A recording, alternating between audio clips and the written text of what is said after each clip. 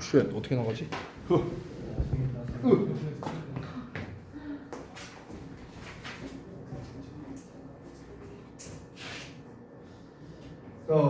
뭐 일단 시험 결과가 어쨌든 오늘아 이랬나 저랬나 고생을 했고 이제 여기에서 또 정시반으로 가시는 분들도 이제 꽤 있고 하다 보니까 제가 이제 양쪽 모두에게 좀 도움이 될 만한 컨텐츠가 뭐가 있을까 조금 고민을 했어요. 내신 대비에도 도움이 되고 그다음에 이제 내가 정시 대비를 할 때도 이제 도움이 되는 양쪽이 모두 만족하면 좋겠죠. 역시나 저는 구조화라고 생각을 합니다. 아무리 생각을 해봐도 어떤 거냐면 일단 수시반 기준으로 먼저 말씀을 드리면 이번에 우리가 중간고사도 그렇고 지난 기말고사 때도 그렇고요. 이 요약형 시험이 계속해서 나왔단 말이죠. 근데 요약형 시험이 단순하게 모의고사 40번과 같은 그런 식으로 요약형이 나온 게 아니라 뭔가 도식화하는 버전으로 나왔다는 거예요. 뭐 표를 그려서 빈칸을 때려 넣는다든지 뭐 이런 식으로 그러니까 도식화한 버전이 이제 많이 나왔다는 거죠. 그래서 서술형에 이제 취약한 분들이 이제 많잖아요 여기에. 그래서 그런 서술형을 메꾸기 위해서는 역시나 이 글이 어떤 식으로 흘러가고 있고 이 빈칸에 어떤 내용을 써야 되는가 이런 이제 도식화 과정이 되게 중요하다라는 겁니다. 그래서 그거를 기본 베이스부터 좀 할 수 있게끔 좀 쉬운 지문으로 좀 구성을 했어요. 초반 부분에는요. 고1 모의고사 수준이야. 되게 쉽습니다. 뒷부분은 약간 난이도가 있는 거고요. 그리고 정시반 기준은 어떠냐면요. 정시반에서는요. 너네가 이제 실제로 정시반에서 수업을 해보면 알겠지만 기본 베이스는 다 구조 독해입니다. 구조 독해. 이 구조 독해를 아주 세밀하게까지 여러분이 하실 필요는 없고요. 적어도 지금 소재 부분, 글의 초반에 소재가 이런 식으로 나와 있고 그러면 얘는 이렇게 글을 서술할 가능성이 높겠네. 그러면은 내가 그거를 생각하고 글을 읽는 거라 아무 생각 없이 글을 읽는 거랑은 천지 차이예요. 천지 차이. 내가 뭔가 예상을 하면서 글을 읽으면은 그 예상대로 나오는 경우가 꽤 많이 있습니다. 그러면 해석도 더 빨리, 더 잘, 더 스무스하게 됩니다. 근데 이게 뭔 소리야 하면서 그냥 아무 생각 없이 읽으면요. 그럼 무슨 문제가 생기냐? 다 읽었는데 뭔 소리인지 모르게 돼요. 다 읽었는데. 그럼 어떻게 되냐? 또 읽어야 돼요. 또 읽었는데 또 이해 안 돼요. 한 지문을 5분, 10분 그냥 붙잡고 있는 거예요. 근데 우리가 정시에서 요구되는 시간. 자, 문제수가 45문제죠. 시간이 70분입니다. 듣기를 빼면은 평균 49에서 51분 정도가 남아요. 평균적으로. 문제수는 28문제. 그럼 한 문제당 1분 47초 내로 풀어야 됩니다. 수능 수준 문제를요 1분 47초 내로 풀어야 돼요. 엄청 빡빡하다는 거예요. 시간상으로. 우리가 내신 시험 볼 때도 1분 47초 내로 푸는 거 쉽지 않을걸요. 내신 시험 볼 때도 이미 우리가 학습한 내용을 보는데도 불구하고 쉽지가 않단 말이에요. 하물며 정시 수능은 어떻습니까? 전부 다 생판 처음 보는 질문입니다. 근데 그걸 1분 47초 내에 푼다? 그거는 절대 쉽지 않아요. 그럼 우리가 어떻게 해야 처음 보는 지문을 잘 할 수 있을까? 그의 시작점은 저는 구조화라고 생각해요. 구조화. 이런 글의 패턴은 이런 식으로 이제 나와 있으니까 뒤에 이런 내용이 나오겠네. 예상을 하고 글을 읽고 빨리 읽고 그러면 이게 어떤 반전이 나오는 부분, in contrast, however, still 뭐 이런 단어가 없다면은 쭉 이런 내용이 나오는구나. 예를 들면 이런 거야. 예를 들어서 지문을 읽었어. 어쩌고저쩌고 읽었는데 한 이쯤 읽으니까 결론적으로 내가 생각해보니까 A가 좋다라는 내용이구나. 이런 내용이 나왔다고 쳐봐. 예를 들어서. 그럼 이제 예상을 하면서 이제 읽는 거야. 그럼 이제 A가 좋다는 내용이 계속 나와야겠지? 어쩌고저쩌고. 그리고 마지막에 빈칸 빵 뚫려 있어. A에 관련된 내용 나오고 빈칸 빵 뚫려 있어. 그럼 빈칸에 들어갈 말은 좋다. 이렇게. 그래서 그러면 이제 우리가 그 A가 좋다라는 뉘앙스를 이제 1, 2, 3, 4, 5 중에서 보기에서 이제 일단 아닌 것부터 걸르고 이제 문제를 풀면 된다는 거죠. 오케이? 그러니까 모든 문제 풀이의 기본은 구조화에서 시작한다는 거예요. 구조에서 시작된다. 그래서 여러분이 글을 읽는 방법을 알아야 된다는 거예요. 당연히 그의 베이스는 직독직해입니다. 직독직해가 안 되면 글을 읽는 방법이고 나발이고 다 필요 없죠. 이게 된다는 전제 하에서요.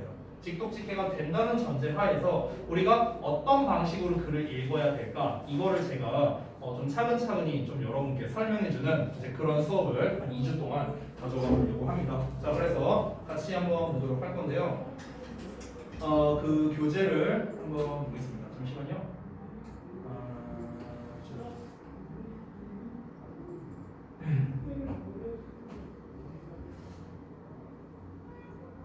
자, 초반 부분부터 볼 건데요. 제 거에는 이제 답이 쓰여 있거든요. 여러분 혹시 다 해봤니? 몇 번까지 해봤니 혹시? 몇 번까지 해봤어? 내가 일단 한 6번 정도까지 했으면 좋겠다라고 했었는데 6번까지 혹시 다 한 사람이 없어요? 몇 번까지 했어? 유진이 몇 번까지 했어? 아 유진이 두 마리구나. 둘 유진 몇 번까지 했어? 저요? 네 개의 둘이요. 뭐라고? 3번? 2번 완전 조금. 사실상 거의 안 했다는 거네? 그래? 3번 3번? 2번? 성민이는? 3번? 주희는? 2번 초반. 1번 끝났다는 거죠? 네. 여기는 성준이는? 3번 3번? 차이가 많이 나네요. 자, 아까 말했지만 지문 난이도는 굉장히 쉽습니다.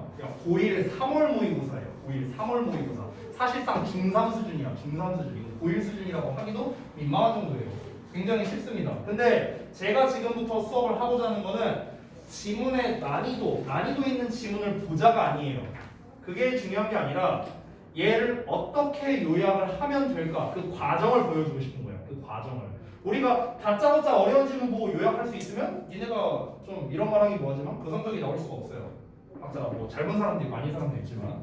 그러니까 일단 쉬운 지문을 보면서 어떤 과정을 통해서 이제 빈칸과 요약이 채워지는지 한번 같이 볼 거고요. 여러분이 쓴 거랑 좀 같이 비교해서 보시면은 더욱더 좋을 것 같습니다. 자, 일단은 지문 내용을 먼저 한번 이해해보자. 지문 내용. 이게 어떤 내용이었는지.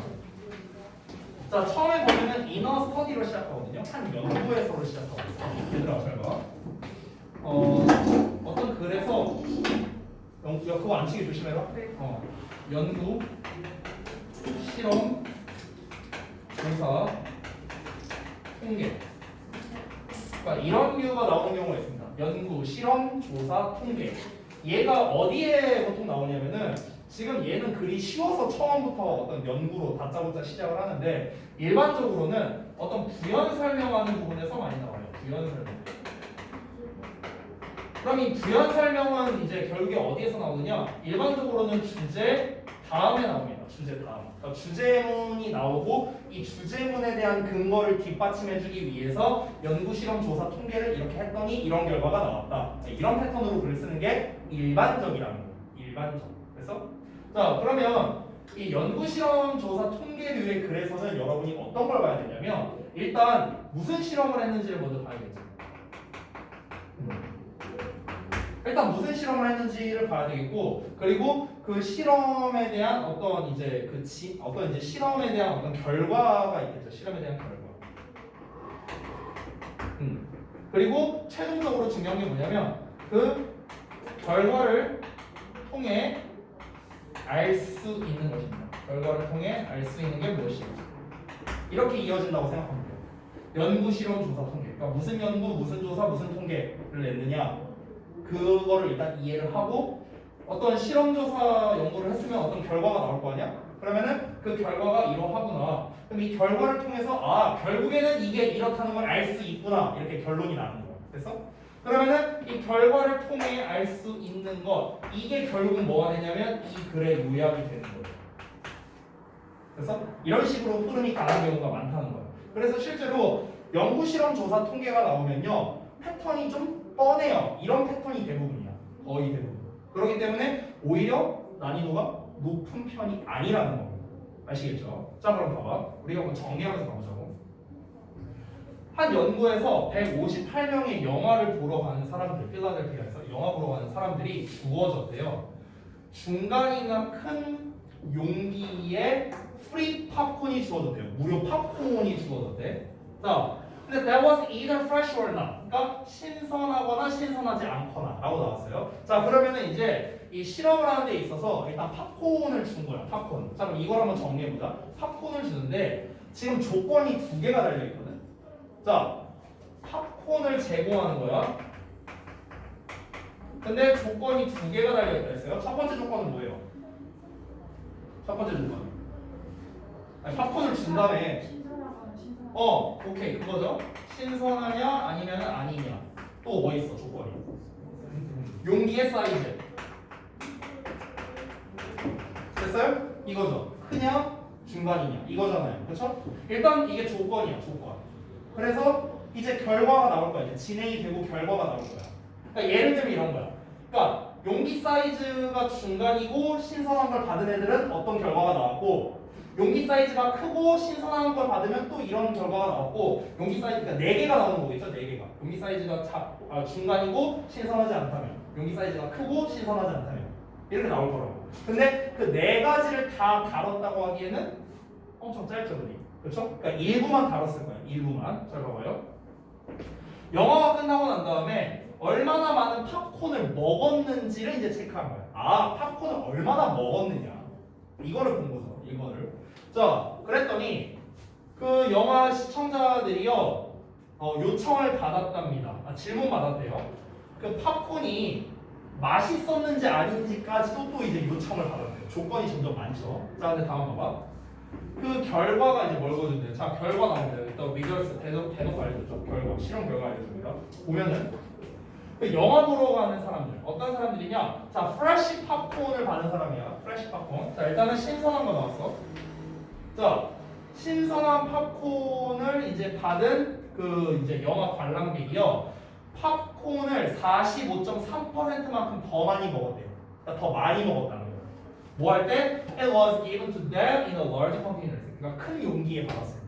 그래서 그러니까 큰 용기에 받았을 때 45.3%만큼 더 먹었답니다. 자, 그럼 큰 용기야, 큰 용기. 자, 그 다음에 보자면 Even when the popcorn didn't taste good. 자, 그 팝콘이 심지어 맛이 없을 때조차도요. 사람들은 여전히 33.6%만큼을 더 먹었답니다. 큰 용기에서부터 먹을 때랍니다. From a medium size container보다. 끝났어. 그러면 봐봐. 지금 다 필요 없고요.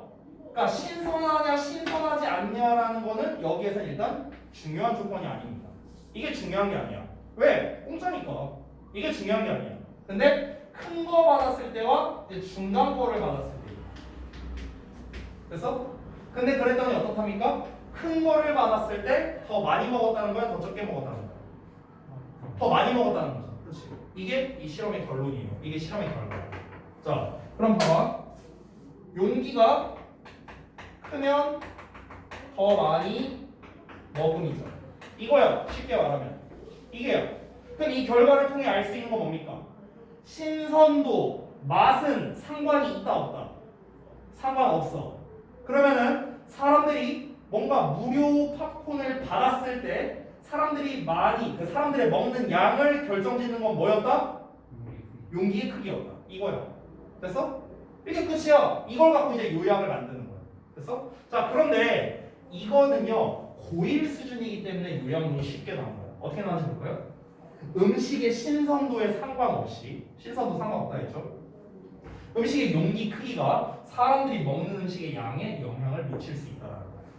용기가 크면은 더 많이 먹고 작으면은 더 적게 먹고. 쉽죠? 어려운 게 없어요 지금.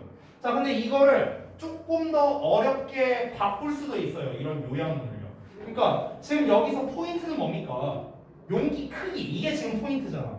그리고 여기 지금 요약문에는 빠져 있는데 무료로 받았다라는 내용도 있어요. 지금 그렇죠? 무료 팝콘을 받은 거니까. 그렇죠? 그럼 우리가 어떻게 말할 수도 있냐면 사람들은 뭔가를 무료로 받을 때 무조건 많이 받는 거를 선호하는 경향이 있다라고 우리가 봐도 되는 거예요. 그래서 그런 식으로 우리가 요약을 할 수도 있고요. 됐니? 자, 이거는 제가 그냥 요 부분 글만 보면서 이제 여러분께 바로 다이렉트로 이 요약문을 썼는데요. 자, 한번 보겠습니다. 자, 이제 요약문을 도출할 건데 아까 말했다시피 일단은 실험 내용 그리고 실험 결과, 이 실험 결과 부분은 이제 직독직해 한 거를 써놓은 겁니다. 요건 생략할게요. 그리고 팝콘이 맛이 없을 때도 사람들이 역시나 팝콘을 많이 먹었다. 역시나 뭐다? 맛도 상관없고 신선도도 상관없다. 그냥 용기 사이즈가 무조건 1순위다 라는 얘기를 한 거고요. 자, 다음 내용 질문 구조화를 보자면요. 여기에 빈칸을 여러분이 동일하게 채웠는지 저랑 한번 비교해 보시면 좋을 것 같습니다. 자, 무슨 실험을 했느냐? 실험 결과가 어떠하냐? 내가 아까 쓴 거 그대로 나왔죠? 무슨 실험했냐? 결과가 어떻게 나왔냐?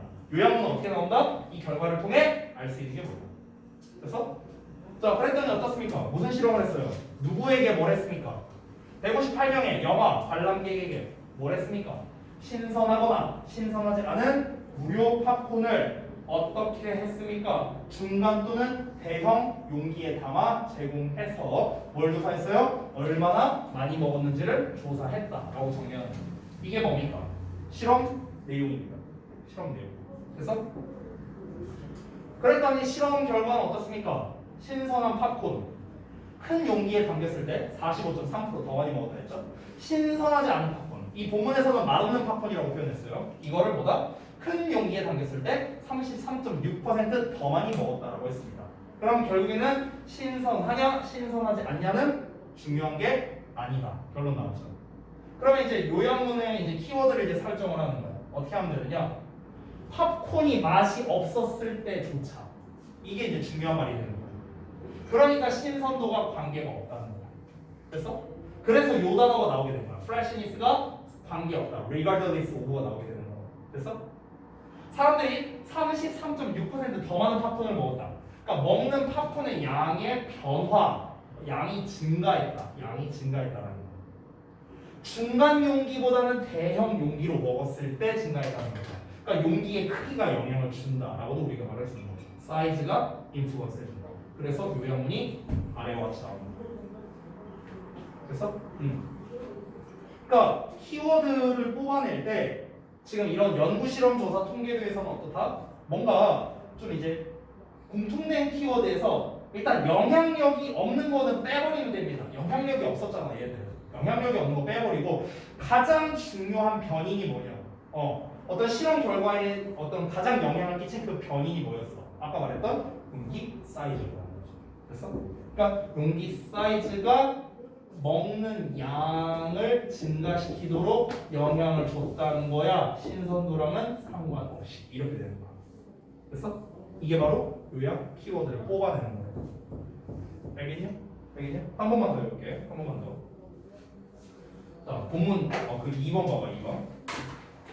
조금만 쉬어야 돼요. 한 번만 더 해보고 3번을 한번 이내가 해볼까요? 잘 봐.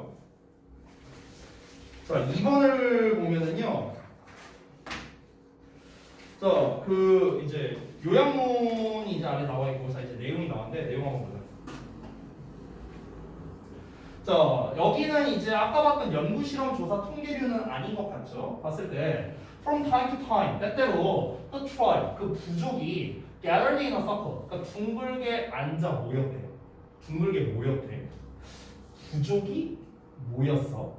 They just talk and talk and talk. 자, 그들은 그냥 계속해서 얘기를 했답니다. Apparently with no purpose. 어떤 특정한 목적 없이 그냥 얘기를 계속했대요. They made no decisions. 그들은 뭔가 결정을 내리지도 않았답니다. There was no leader. 리더가 없대요. And everybody could participate. 자, 누구나 참여할 수 있답니다. There may have been wise men or wise women. 자, 현명한 남자들 또는 현명한 여자들이 있어 왔을 수도 있답니다. 어떤 사람들이냐? That listen to a bit more. 그러니까 약간 더 말을 더 다 이제 들어줄 수 있는 그런 사람들이 있을 수 있대요. 그게 바로 이제 뭐 나이가 든 사람인데 하지만 everybody could talk. 일단 기본적으로 모든 사람이 얘기할 수 있답니다. 자, 여기까지 읽었을 때 여기서 공통되는 키워드를 한번 뽑아봐야 돼요. 잘 봐. 중요한 게 뭐냐면 이 부족이 원을 그려서 특별한 목적 없이 얘기를 했대요. 얘기를 했대. 근데 얘기하는 건 좋은데 뭐 뭔가 이게 뭐 회의 같은 건 아까 아니야. 결정도 안 했어. 리더도 없어. 중요한 표현 everybody. 모든 사람이 참여할 수 있었대. 누구나 참여할 수 있었고요. 누구나 얘기할 수 있었다는 거야. 됐어? 그러니까 이건 뭡니까? 정확히 어떤 상황인지 모르겠지만 어쨌든 대화의 참여에 제한이 없었다라고 봐도 되겠죠. 됐어요? 이렇게 이제 키워드가 뽑아지는 거야. 지금까지 얘들아 여기까지 읽었을 때 제한이라는 표현 나왔으니? 없었지. 근데 이걸 우리가 바꿔서 생각해 보면 누구나 참여가 가능하고 누구나 대화에 참여할 수 있었다는 거는 대화 참여에 제한이 없다라고도 말할 수 있는 거죠.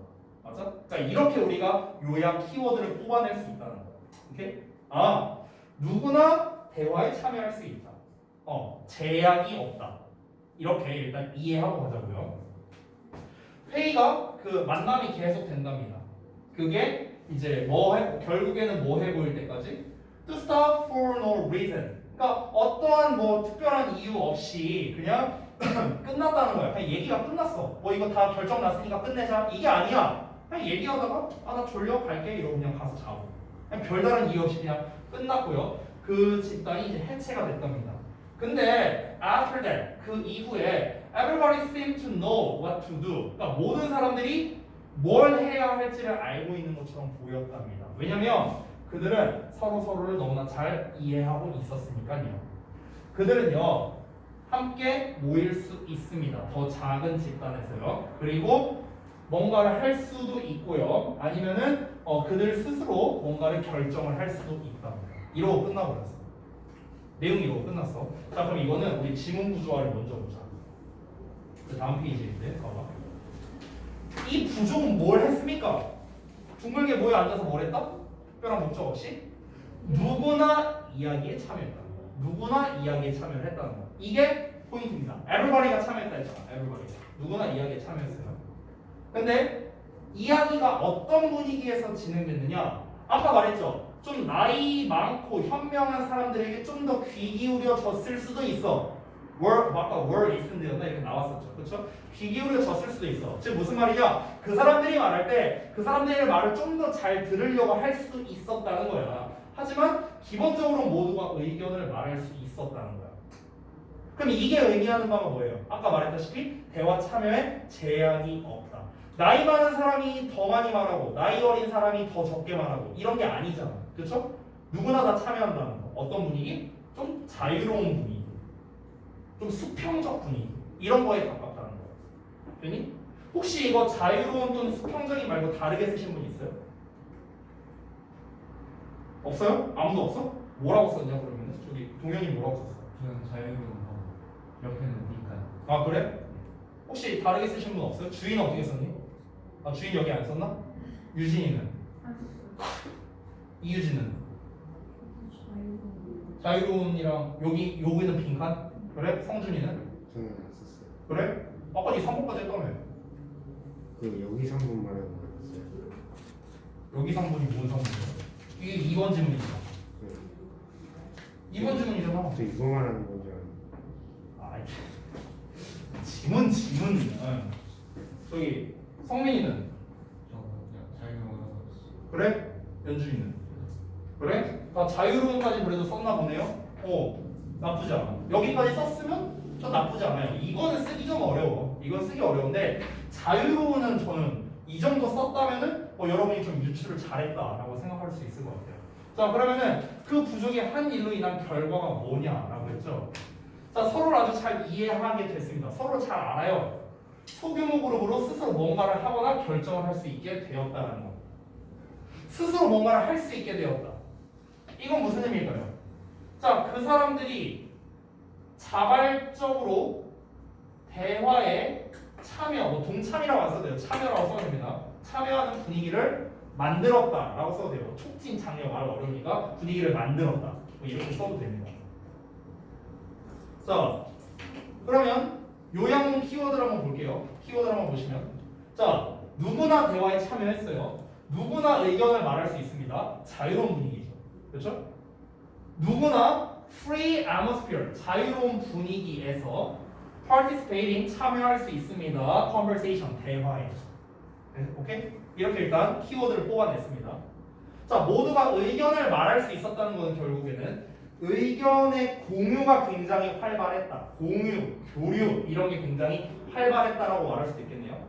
맞죠? 이게 바로 패러프레이징이야. 모두가 의견을 말할 수 있다는 것은 의견의 교류가 잘 이루어진다라고 말할 수도 있는 거죠. 그렇죠? 그래서 sharing ideas exchange, 의견을 공유하고 교류하고 이런 표현을 쓸 수 있는 거죠. 소규모 그룹으로 스스로 무언가를 하거나 결정할 수 있게 되었다라는 건 뭡니까? 남의 도움 없이 지네들이 알아서 이거잖아, 그치? 그래서 자발적으로 뭔가를 하거나 결정할 수 있도록 촉진되었고 장려되었다는 거예요. voluntarily. 이게 자발적으로라는 거예요. 니네가 흔히 이 volunteer라는 단어 보면요, 맨날 자원봉사자밖에 몰라. 근데 얘들아, 내가 엄밀히 말하면 volunteer라는 단어는요, 자원봉사 하다가 아니에요. 그러니까 이렇게 이해하세요. volunteer라는 단어는요, 동사가 아니야. 정확히 말하면 동사가 아니라 자원이야. 자원과 봉사를 나눴을 때요, 동사가 아니라 자원이야. 자원. 그래서 예를 들어서 우리가 마술쇼를 보러 갔어. 근데 이제 거기 막 여기 뭐 도와주실 뭐 관객분 한 분 모실게요. 뭐 미녀 관객분 모실게요. 예, 아무도 안 계시네요. 막 이러면서 이제 막 예를 들어서 예시. 자, 그래서 한 명을 이제 뭐 하실 분 없으세요? 막 이렇게 해. 그럼 이제 제가 한번 해볼게요. 이렇게 할 수 있잖아. 이게 발런티어야. 근데 그게 봉사야? 봉사는 아니잖아. 그게 자원하는 거잖아. 됐어? 그러니까 이런 거 다음 헷갈리지 말라고. 자, volunteer의 그래서 이제 부사형이에요. voluntarily 자발적으로. 그다음에 encourage, promote 뭐 장려, 촉진 뭐 이런 뜻이 되겠습니다. 그래서 이걸 기반으로 한 요약문이 이제 여기 앞 페이지에 써 있었는데요. 잘 봐요. 자, 자유로운 분위기 속에서 중요한 단어죠. 대화는 사람들끼리 의견을 나눈다라는 말 나왔죠. 그렇죠? 교류한다라고. 이 기회를 제공해줘. 그래서 어떻게 된다? 자발적으로 행동하게 한다는 거예요. 자발적으로.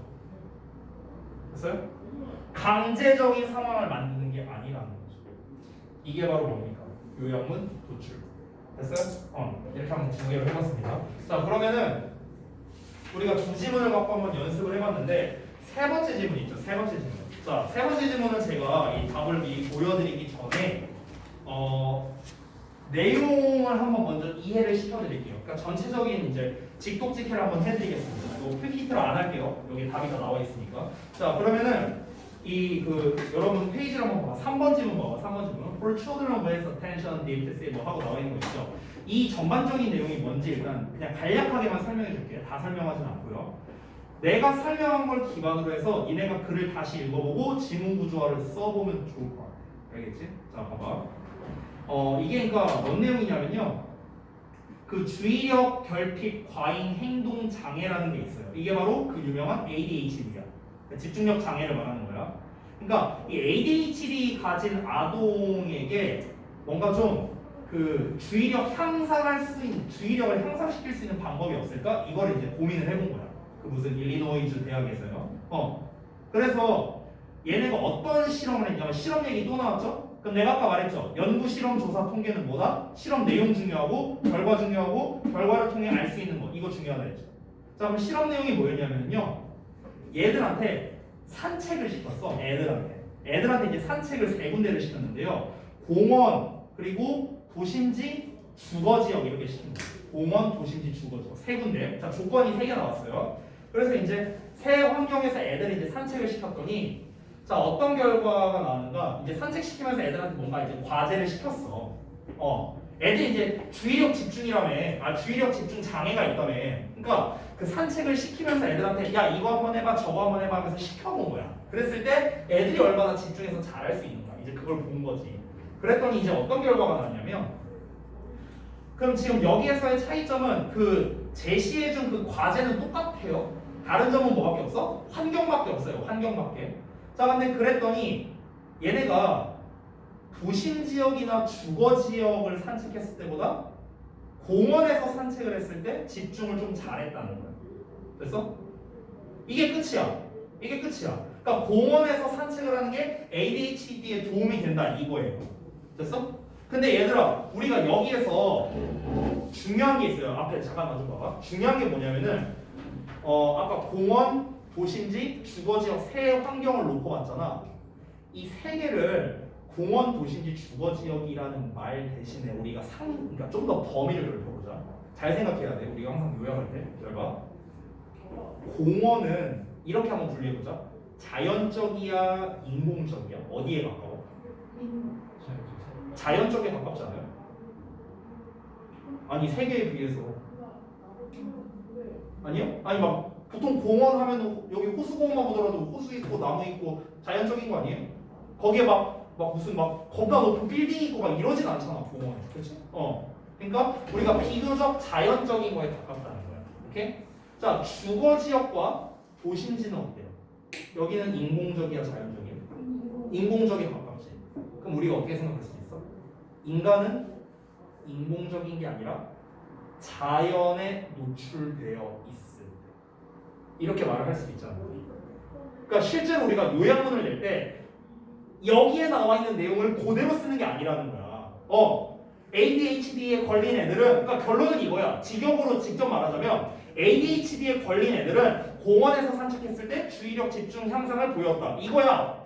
이게 요약문이거든. 근데 시험에 그렇게 내냐고? 시험에 그렇게 안 내. 그렇게 그대로 안 쓴다는 거야. 됐어?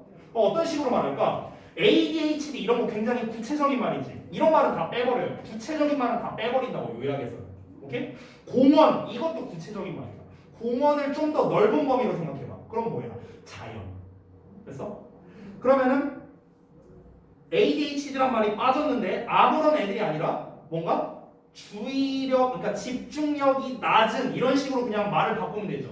그렇죠? 그러면 집중력이 좀 낮은 아이들이 자연을 거닐었을 때, 자연에 노출되었을 때 집중력이 높아지는 결과가 나왔다. 이런 식으로 쓰는 게 바로 요약이라는 거예요. 오케이? 그러니까 이 요약을 할 때 키워드는 뭐냐면요. 이거는 이제 실험 연구 조사 통계류랑 요약하는 키워드 뽑는 건 어렵지 않아요. 중요한 건 뭐냐? 이 키워드를 어떻게 말을 바꾸냐가 중요한 거야. 근데 말을 바꿀 때 우리가 뭘 생각해야 되냐면은 구체적인 키워드를 쓰지 않는다는 거야. 시험에서는요. 이거는 수능이든 어디든 다 마찬가지예요. 됐어? 이 요약이 왜 중요하냐면 얘들아, 그 수능 기준으로 말을 해볼게요. 내신에선 당연히 중요하니까. 수능 기준에서는요. 선생님 요약 문제 40번에 하나밖에 안 나오는데 이게 왜 중요해요? 여러분들 주제, 제목, 뭐 요지, 주장, 빈칸 이게 뭡니까? 한마디로 우리가 대입파악이라고 하죠. 대입파악. 이 대입파악류 문제가 다 보기문이 어떻게 나와요? 다 변형돼서 나와요. 본문에 있는 단어 안 써요. 패러프레이징해서 낸다고. 이런 거를 만약에 제목으로 내면 어떻게 될까? 어떤 인간의 주의 집중 향상에 자연이 끼치는 역할 이런 식으로 내는 거라고 제목을 낼 때. 근데 이 본문에는 뭐야? 자연이란 말 한마디도 안 나와 있어. 자연이 상징하는 게 뭐야? 공원. 됐어? 그러니까 뭔가 구체적인 거는 좀 더 범주를 넓게 거시적으로 잡아야 된다는 거야. 오케이? 이게 요약이 되면은 우리가 대입항류, 빈칸류가 해결이 돼요. 물론 여러분의 국어적인 능력이라든가 직독직해 능력이라든가 여러 가지가 이제 당연히 뒷받침은 돼야겠지. 근데 일단 우리가 글을 읽을 때 어디가 핵심인지는 알아야 될 거 아니야. 어디가 핵심이야? 아까 이 연구실험조사 통계 얘기했잖아. 이 실험 통계 뭐야? 핵심이 뭐라고? 이거라고. 이거 결과가 핵심이라고. 결과가. 됐어? 자, 이런 식으로 이제 제가 좀 단서를 좀 많이 줬으니까 이걸 가지고 여러분이 한번 이 3번 빈칸을 좀 채워보시기 바랍니다. 그리고 가능하다면 4번까지도 좀 해보셨으면 좋겠어요. 알겠죠? 자, 앞에 지문 보면서 해야 돼요. 내가 말해준 걸로 하면 안 되겠지 당연히. 나는 그냥 대략적으로 말해준 거니까.